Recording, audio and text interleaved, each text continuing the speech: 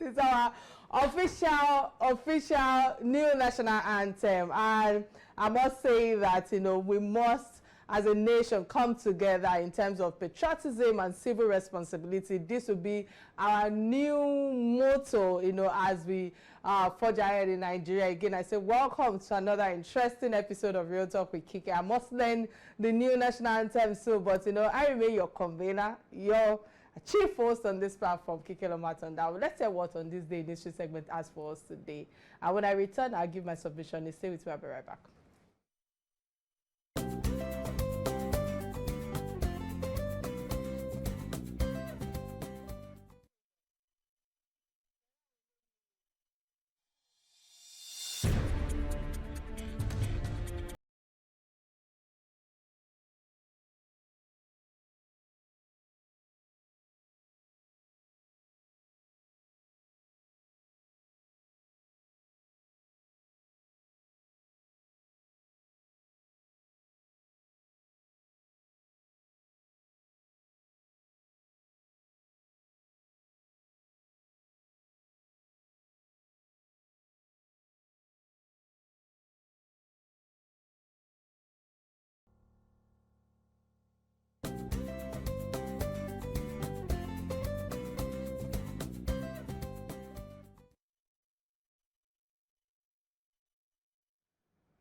All right, my takeaway from on this day initial segment today, as far as I'm concerned, is about in British, the British Nigerian, when the Sultan of Sokoto in Kaduna and the mayor of Gwandu, yeah, informed the British colonial lieutenant governor that they wish to donate part of their government salaries to pay for the salaries of European schools, you know, our European school teachers, in order to support the education of Nigerian children.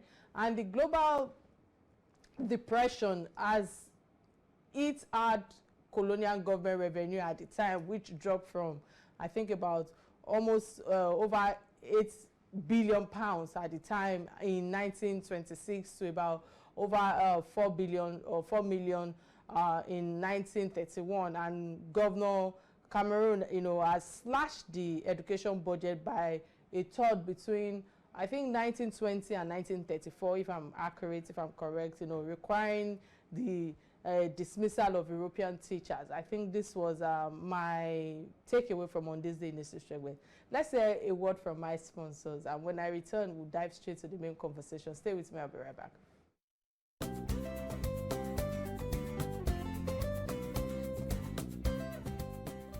Right, many thanks for staying with me. Nigerian President Bola Ahmed Tinubu on Wednesday signed a bill switching back to a national anthem composed by British expatriates and adopted at independence, a move some dismissed as a critical distraction from an escalating economic crisis. You know, AOD will now be used instead of Arise to Compatriots. You know, the bill introduced last Thursday received an accelerated, you know, adoption without any legislative debate. And will I say that the independence anthem was repealed in 1978 by Olusegun Obasanjo, a military head of state at the time, without giving an official reason. But it was understood it was because it was written by a Briton during British colonial rule. And on the live show today, my guest will provide an in-depth analysis of President Bola Ahmed Tinubu's first year in office, alongside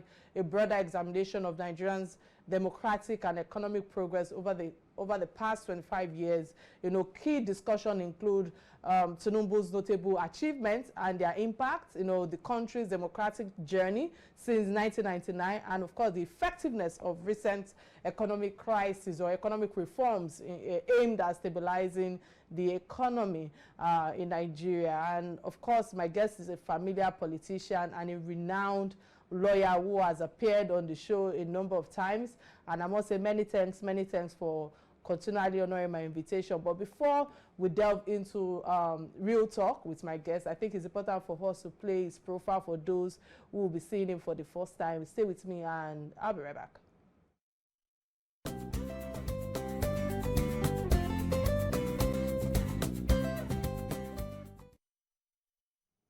All right, truly together, happiness happens. While we're trying to, try to get the profile of my guest ready, it's important for us to continue the conversation because of time. But many thanks, Mr. Felix Morka. It's a pleasure to have you on Real Talk with Kike today. How are you doing today, sir?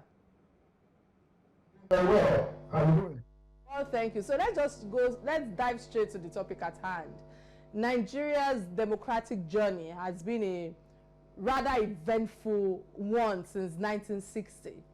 However, we want to focus since Fourth Republic of Nigeria's democratic journey, since the military ended power in 1999. I must ask you, how would you describe Nigeria's democratic journey over the past 25 years? Our journey towards democratic consolidation is going well.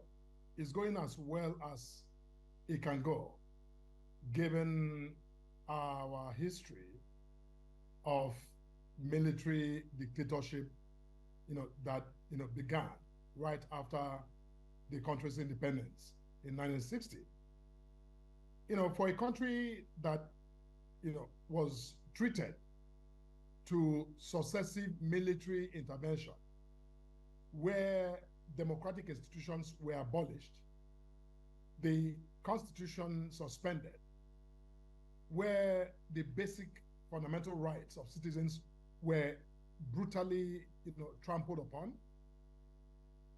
Democracy that began in 1999 obviously couldn't take off without first attempting to heal and renew itself against the backdrop of that history.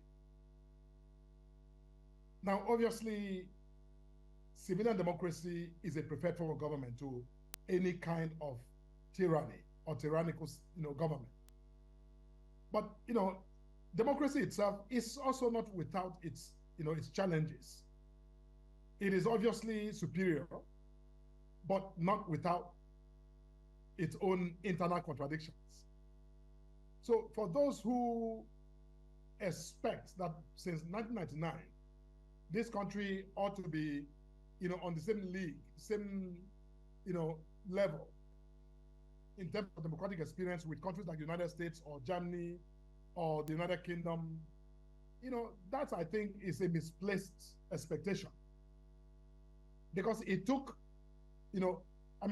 sometimes hundreds of years in the case of the United States to get to where they are. So we are talking about just a very, recent history of democracy in Nigeria. But having said that, I think that we have fared well. Have we performed, to the optimum? I don't think so. Can we do better? Certainly we can do better. And I think that the current president that we have in the country, President Bola Tinubu, is very resolute to surpass the expectation of Nigerians, even though, some of the effort that he's making is also producing, temporary effects that make it appear as if those efforts are not good enough. But make no mistake, in the short term, that may be the assessment. But I think that this president is not about short-term accolades. He is looking to completely revamp Nigeria, to tackle the problems of insufficient democracy, the problems of lack of good governance, the problems of economic underdevelopment, the problems of insecurity, the whole factors that militate against our unity. This president is not looking at the surface. He's diving deep to the root of the problem to try to solve them. And that's why a lot of people appear to be uncomfortable, because they don't quite, understand where he's coming from and where he's headed. All right. Many thanks for keeping it real. And yes, we can do better. I agree with you. But putting that aside, still on President Bola Tinubu, because he commissioning the National Assembly Library and Resource Center as part of the commemoration of 25 years of Nigerians' democratic journey is a commendable initiative, as my opinion, as far as I'm concerned, because I feel that that helps to foster to resolve the standing democracy all these years. But my question now is, what significance does the commissioning of the National Assembly Library hold for the country's democratic legacy, considering the fact that democracy in some African nations like Burkina Faso, Mali, Democratic Republic of Congo have been saddened, with coup details in recent times? What's your opinion on this? That we have, a library complex within the National Assembly. You must understand that, any democracy or our democracy stands on a tripod of the executive branch, the legislative branch, and the judicial branch.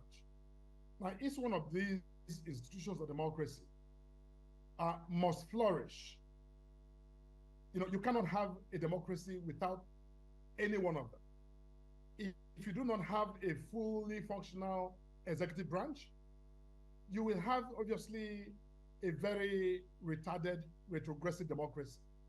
And so it is with the legislative branch and the judicial branch. So for me, as a scholar, I think that a library anywhere is a place, a repository of documentation, of knowledge, of institutional memory. For example, in this library, I expect that a lot of information, both past and present, will be curated within this facility, so that future generation of lawmakers will have access to information and materials and literature that will enable them to understand, where that National Assembly has been, and where they themselves are usefully able to plug in to continue to make laws for the good governance of Nigeria. Look, the rollback of democracy in some of our African countries is real. Any good thing, obviously, will have its own threats. Threats of those who just want to avoid the whole idea of the sovereignty of the people, who want to govern by the barriers of the gun. We have seen that in Nigeria. We've lived through that. I started this conversation by reference to, what happened between 64, 65, and 1999. But of course, with the interregnum of 1983 with Shagari's administration.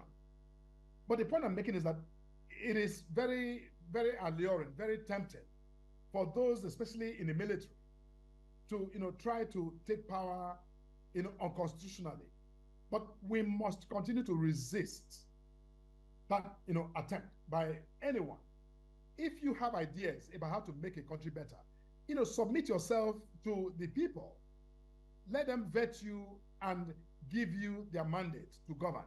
The idea of, because you're soldiers or because you have guns and you take power, wherever it happens, Africans must stand up against that, because we must make our mistakes, but we must deepen our democracy. We must, have problems like we have in all countries, even in Nigeria, but we must continue to, persevere and deepen and consolidate our democracy, because there's no alternative way to govern, outside of that system of, democracy that allows the people themselves to decide who governs them, how they're governed, and also, how they must be accountable to those who give them that power. All right, many thanks for that submission right there. Talking about accountability, because regardless of how much people criticize this administration, I believe that there's some good side or good perspective to this administration in terms of what other ministers have done thus far. Ministers of Education, Minister for FCT, Kike, Minister for Works and Housing, that's David Umahi. We've seen what he did in Lagos State in terms of Third Mainland Bridge. And Minister for Interior, that's Olubunmi Ojo, who had to clear a lot of backlog of passports within this President Tinubu's cabinet, and I must praise them for their performance thus far. Even though we know that some of the ministers are very dramatic, like the likes of Minister Kike. I try to keep it real on this platform. But How does that appear on the scorecard of this administration with how you think that other ministers that have not done as much as they have done in terms of the value that they've brought on this table? What are the scorecard from your own perspective? You know, the president some time ago did create a framework of assessment, you know, some key performance, index system to evaluate on an ongoing basis the performance of members of his cabinet. Now, I don't want to prejudge that. You know, you've mentioned and referenced some ministers who you think, in your view, are performing, you know, but ultimately that assessment belongs to the president. Nigerians are free, of course, to, see what is going on and make their own input and express their own preferences. But I think that ultimately the system that the president has put in place will enable him to properly, directly evaluate the performance of each of the members of the cabinet. And I'm sure that where the president is convinced that a particular minister is not performing up to par, I'm sure that the president, who has the prerogative to appoint, also has the power to discipline and to, admonish or even to dismiss such a minister. I know the president is, interested in results. I know he will not tolerate any official who is not living up to the expectation. But I think we have to leave that to Mr. President to do exactly as he alone has the authority to do. I want to take you back to my first question where you gave your own submission regarding, what's it called, the scorecard, and the expectations of people and hope. A number of people were cited with this administration, and we can't take the credit of this administration by being empathic and sensitive in terms of response to the citizen. This wasn't enjoyed at its fullest in the previous administration, which was President Buhari's administration. However, promises are yet to fall on the laps of the people. How do you think this administration wants to manage the expectations that you have mentioned earlier now of the people? Because the renewed hope was what the people had for this administration. Now, the renewed hope agenda of this administration is very much on track.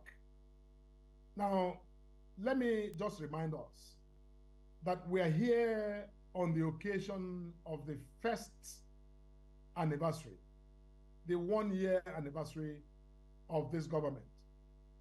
As I said earlier, the renewed hope agenda was not a flighty agenda. It was not a fair weather agenda. It was not a one-bam agenda. It is an agenda for the transformation of Nigeria, for the transformation of all of the critical systems and sectors of our country. It is an agenda to completely, correct the distortions and the, terrible, unprogressive policies of governments, successive governments in this country. The fuel subsidy, for example. I think that there's nobody, there's no expert. Matter of fact, there's no political person, especially the likes of Atiku and Toby, who contested the office of the president with this president, who will argue that that system was overdue for abolition, because it was a drain, over $10 billion every year. Now, imagine what $10 billion can do for this country. It can create the kind of wealth that can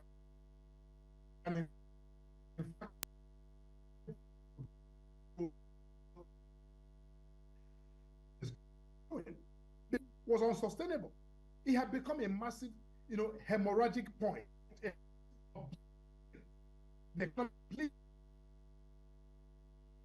This government was well aware in crafting the renewable agenda that this was a decision that had to be made and that that decision will have consequences. Now, let me say this. Whether the fuel subsidy removal was authored by Atiku or by Peter Obi, because both of them also promised to remove that fuel subsidy. Anyhow they went about it, what we're discussing today, we will be discussing it. So this is not about Asiwaju Bola Ahmed Tinubu. It's about the idea and what had to be done. And all the experts are, I think, united in consensus.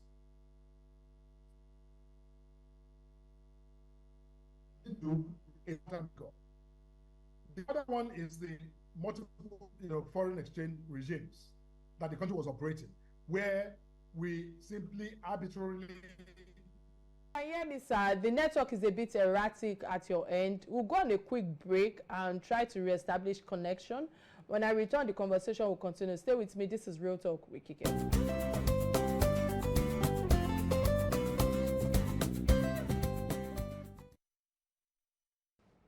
All right, many thanks for staying with me. Glad to know you're still right there. In case you just joined the show, today's conversation is about the performance of President Bola Ahmed Tinubu's administration after 1 year in office, based on the comments of Nigerians. And I've been discussing the highlights of this administration as identified by Nigerians, including hunger, inability to meet basic needs, unemployment, alongside the performance branches of ministers, and of course my guest, Mr. Felix Morka, the APC National Publicity Secretary, has been providing insight into this discussion and concerns raised by the Nigerian populace. And I must say many thanks thus far for all your submission, your insightful submission. But let me quickly use this opportunity to open the phone lines. Remember that you can be part of this conversation by calling the studio number 0811 8888-113. It will be showing on your screen right now. And of course, we're streaming live on Facebook, on Real Talk with Kike, and of course on Silverbird Facebook as well. So again, many thanks, Mr. Morka, for all your credible insights. But I must ask you, sir, you would agree with me that the Nigerian Speak survey, which as it's 78% of citizens rate in terms of President Bola Ahmed's performance as poor or very poor, because 74% of citizens reported a decline in their personal economic situation over the past 1 year. I must ask you, what are the key reasons for this widespread dissatisfaction?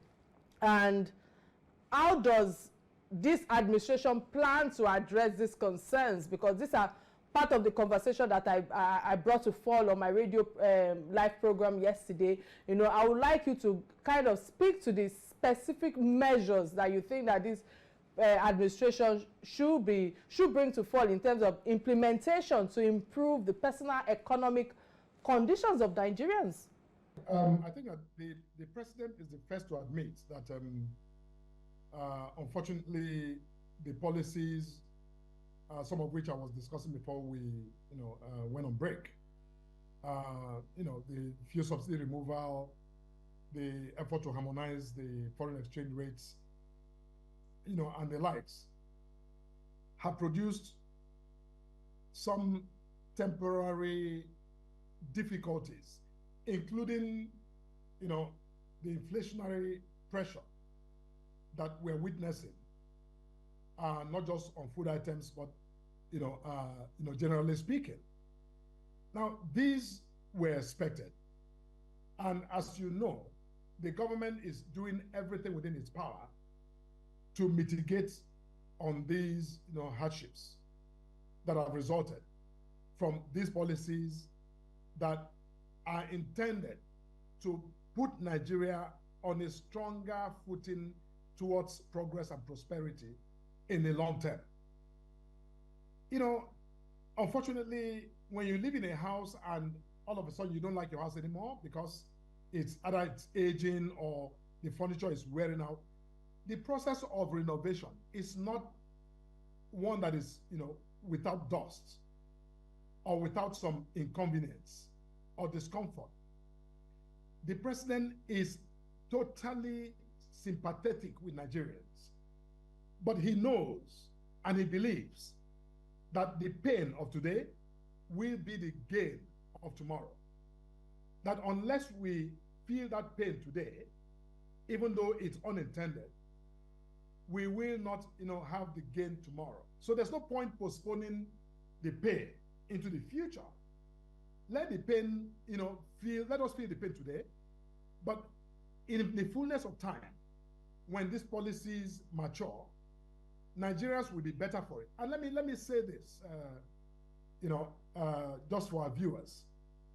We are here discussing the first anniversary of this government, not the second, not the third, not the fourth. I know that it's going to get progressively better. The more the policies begin to take root, the better our people will feel. Inflation will come down, inevitably. Right now, there's more money available to our state governments, which is why the president is saying, allow the local governments to function. Let the state governors give, access to the local governments to have their funds and use their funds to support their various local governments and constituencies. Even the president has, feels so strongly about it that he has in fact filed a suit at the Supreme Court, asking the Supreme Court to, interpret the Constitution in order to compel the governors to grant real autonomy to these local governments, so that the more money that's now been allocated at the federal level will get to the roots of our country.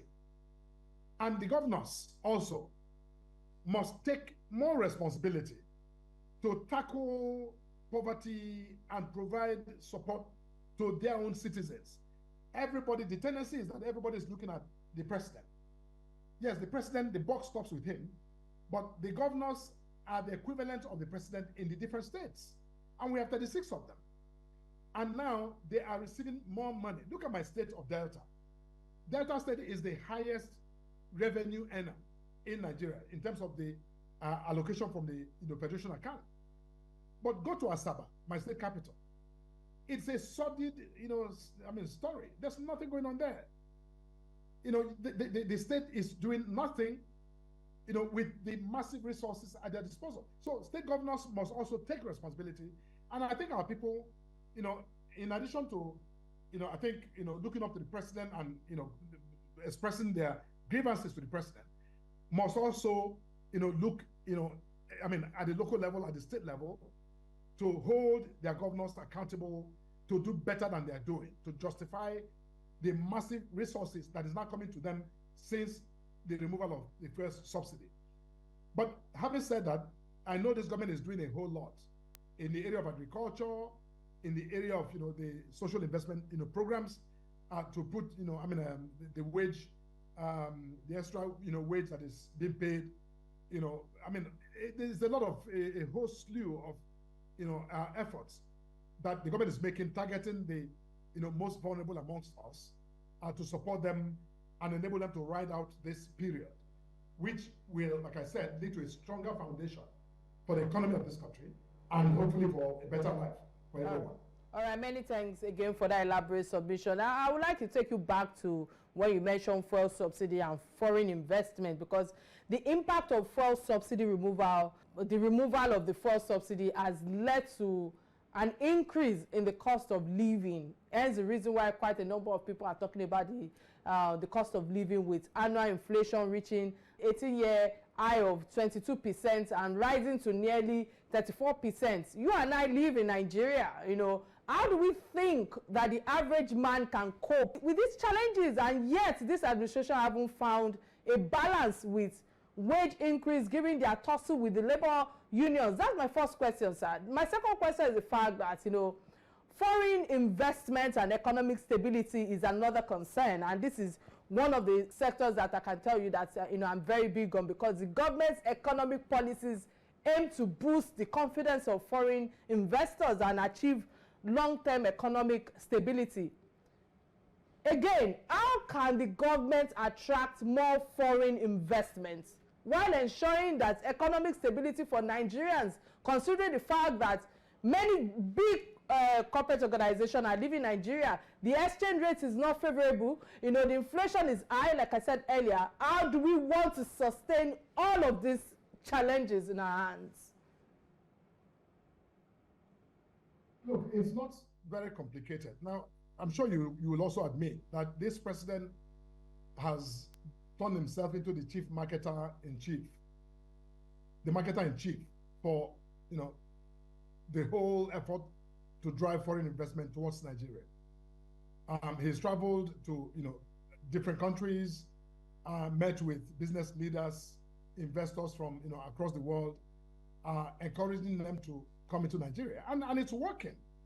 Now, already, I think we have, you know, from the last information that I have, we have well over $20 billion of, you know, foreign investment that's poured into this country, which is a remarkable, you know, increase over what we had previously. And the stock exchange itself is not doing badly. The stock exchange is also, you know, grown by multiples, you know, in leaps and bounds. So, you know, considering that this is the first year of this administration, we are already seeing signs of good things to come, of better things to come.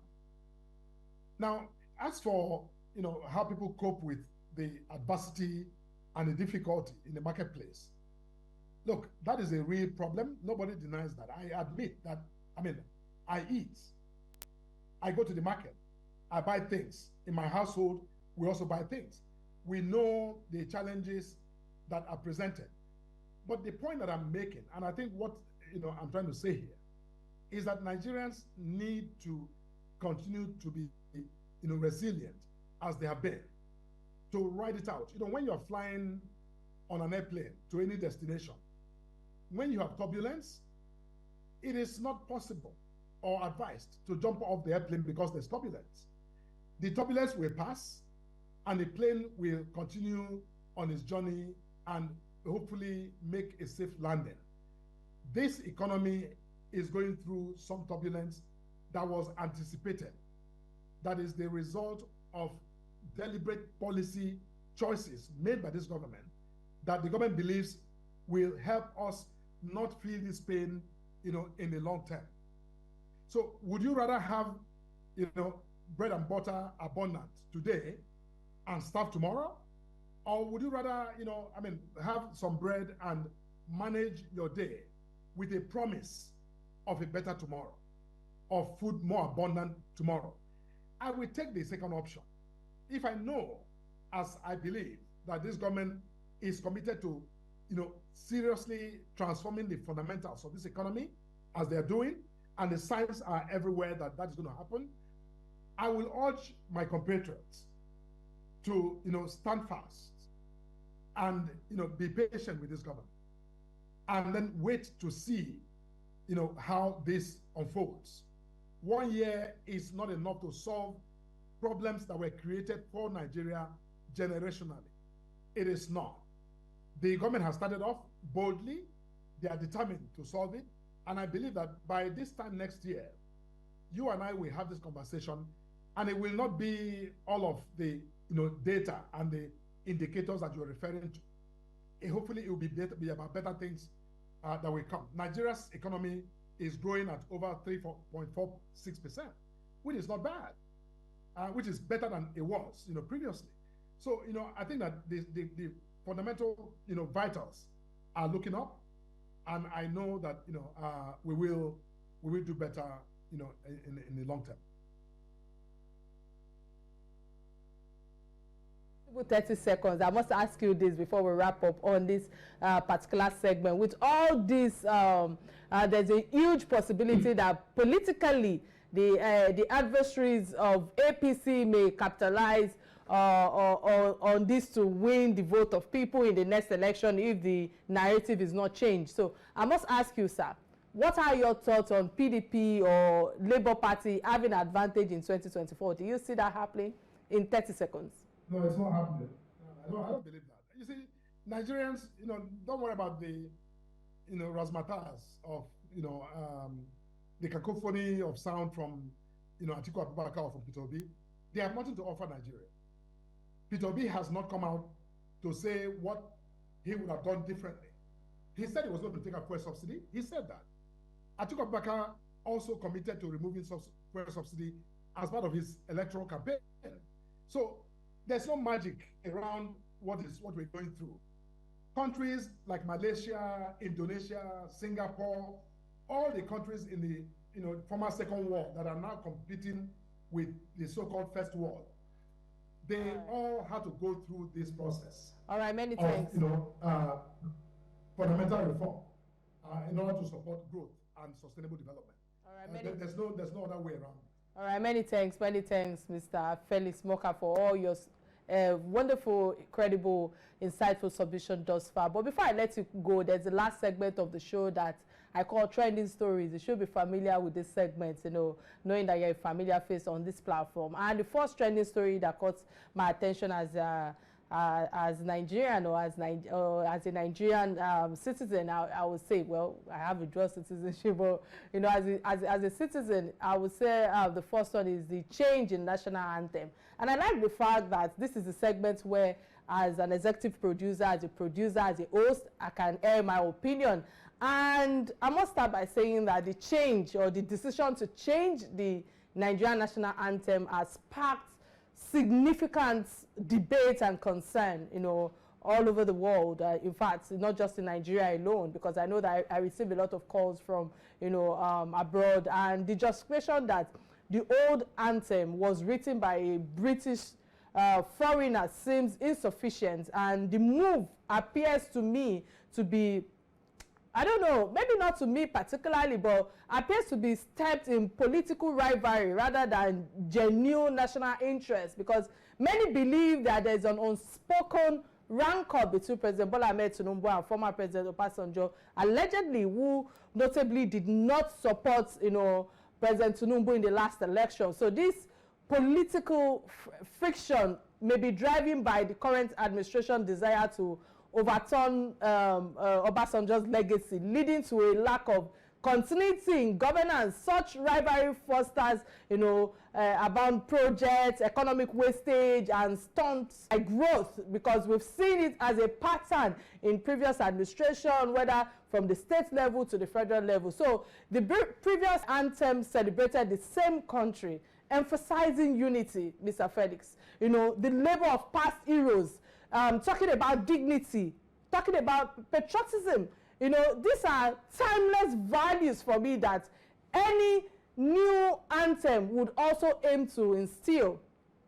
Nations like France and Germany continue to thrive without, altering their national symbols, suggesting that our focus should be on, substantive issues rather than symbolic changes. With this new anthem, correlates with the GDP growth or national development is what I'm asking in pain, as far as I'm concerned. It seems unlikely to me. Moreover, the process raises questions about inclusivity and consultation, because again, like I said earlier, that there are a lot of debate from across the world. Which stakeholders were involved in this decision?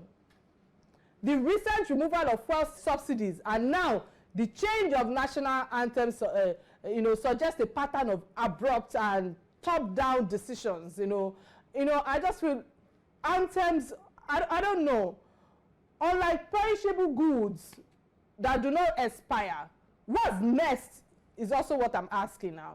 Is it going to be the replacement of Naira and Kobo with foreign currencies?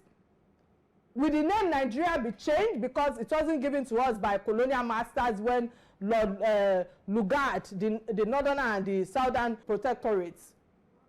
My child, remarked inconveniences of learning a new anthem yesterday when I raised it up and I was sharing with them, oh, this is the new national anthem, highlighting the unnecessary turmoil such changes will bring. But I know that Nigerians, we have a way of adopting. It's like a talk shop. We all talk before you know it. I've seen online too, before I came into the studio, that in less than 24 hours, there are so many schools that are already teaching the pupils, the students, who are already learning fast. So it just underscores a broader issue for me, because the current administration appears to lack a clear, consistent direction. Effective leadership requires more than symbolic gestures. It demands a focus on continuity, stability, and genuine progress. I'm bringing to fore now, I think, some of my teachings as a trainer. You know, but hey, that's my opinion on this change of national anthem. Yeah, Sir? You can hear me. May I comment on this? Yes, you can go ahead and make a comment. Yes. Now, let me say this. I think we're making a mountain out of a molehill, quite frankly, on the issue of the national anthem. Nigeria achieved independence in 1960. This is our post-independence anthem. Nothing has changed about Nigeria when we sang this anthem delightfully back then. Students, that was all we knew as our national anthem. Corporate Nigeria, the integrity of Nigeria, the dignity of Nigerians was completely unaffected by that anthem until it was changed under the Obasanjo administration. So you know what, whether it was written by the British, hey, what's the point? All the laws we apply in this country were mostly written by the British. The common law that, I'm a lawyer, all the laws we apply to govern our lives was written by the British. The language you and I are speaking today is not indigenous to Nigeria. This is English language. You know, I happen to wear Nigerian, attire, but many people today in the world have suits and ties and skirts and blouses. These are not indigenous, dress mode. My point is that how do we get so fixated on the British wrote it, leaving the substance? The point is that this is an anthem that I grew up knowing and singing. And when I sang it, I was no less proud then as people suggest that I must be now. I have not lost my pride or my dignity because I'm singing an anthem that I sang growing up as a child in school. The point I'm making is that there are more serious things that beset our country. We can't dissipate our energy on quibbling because this was written by an Englishman or woman. The English language you just used, the language you just used to deliver this wonderful critique, is English language. It's not Nigeria's indigenous language. So let us abolish the English language so we know we are really about to reclaim and nationalize everything about our country. We haven't done that. So let's not just pick and choose. Our laws, lawyers who are going to court tomorrow are going there to advocate English law, not Nigerian law in that sense, because they're all inherited. Because even the democracy you spend the last hour discussing, that concept of democracy is not Nigerian. It is a system of government fashioned by others in the Western world and handed to us. But we're here holding our government accountable to that foreign standard. All I'm saying is this anthem, if you read the words or ponder on the words are very thoughtful. Whoever wrote them had Nigeria in mind. And I don't feel like we are supporting the British by singing it. And then if you allow me, even sing it for you if you want. I can give you my beautiful voice. We are running out of time. Unfortunately, I wish we had time, to hear your golden voice to sing the national anthem. But quickly, let me see if I can touch on the second trending on Governor, the Ogun State Governor, Prince Dapo Abiodun, that allows monarch to quote while addressing him. And I read the reason why Olu of Itori in Ogun State, Oba Fatai Akomo, who chose to squat, to speak to the state governor, Dapo Abiodun, at a public event in Lagos, explaining that he did so because the governor promised to fix his community's road and build a general hospital for his community. The governor also promised to complete the general hospital within 6 months. If our meeting, he said, I'm quoting him now, had been private, he said he would have prostrated and rolled on the ground in reverence before him. So let me repeat that the monarch, speaking in Yoruba, added that if the meeting with the governor had been private, he would have shown even greater respect by prostrating and rolling on the floor. I'm not against showing gratitude and commending the government for his effort and discharging his duties. I also think that the problem is with our mentality and, or would I say, sense of dignity, that is the reason why the people think that the elected public office holders are greater than the people that elected them. And not even at the contention of monarchy and politics, but it is ridiculous that we have been reduced to thinking that public office holders are doing us a favor by discharging their duties. We have been used to failure, used to impunity, disregarded and misuse of office by elected officials. And so whoever does the right thing needs to be idolized. The monarch said he would have been rolling on the floor. I repeat again, for me it's a shame. I ask the question, will the late Alaafin of Oyo roll on the floor? Will the last Shidra Ade, will Oni of Ife be squatting to a governor? These are the real monarchs that I feel that will call governors to order, and the respect will be there for tradition. But the world has turned upside down. I really don't want to go into arguments of politics and monarch, or who should bow to who. It is another topic for another day. But well, Governor Dapabiodun, who is currently a prince, now may become a king tomorrow. That was another takeaway from me. And I hope to see him bow to the governor then. May God give us longevity to witness the outcome then. And because I just feel that modernization have turned things upside down. Unfortunately, I cannot get the thoughts of my guest right now on this second training, but I must say many thanks to my guest, Mr. Felix Morka, you know, for a wonderful analysis. Indeed, it has been an awesome show right here on Real Talk with Kike. Courtesy you, our resourceful guest, and I wish you the very best as you continue to lend your voice on issues that affect us all in Nigeria. My name remains Kike Atanda-Owo. Be kind to one another till I connect with you next week. Bye now.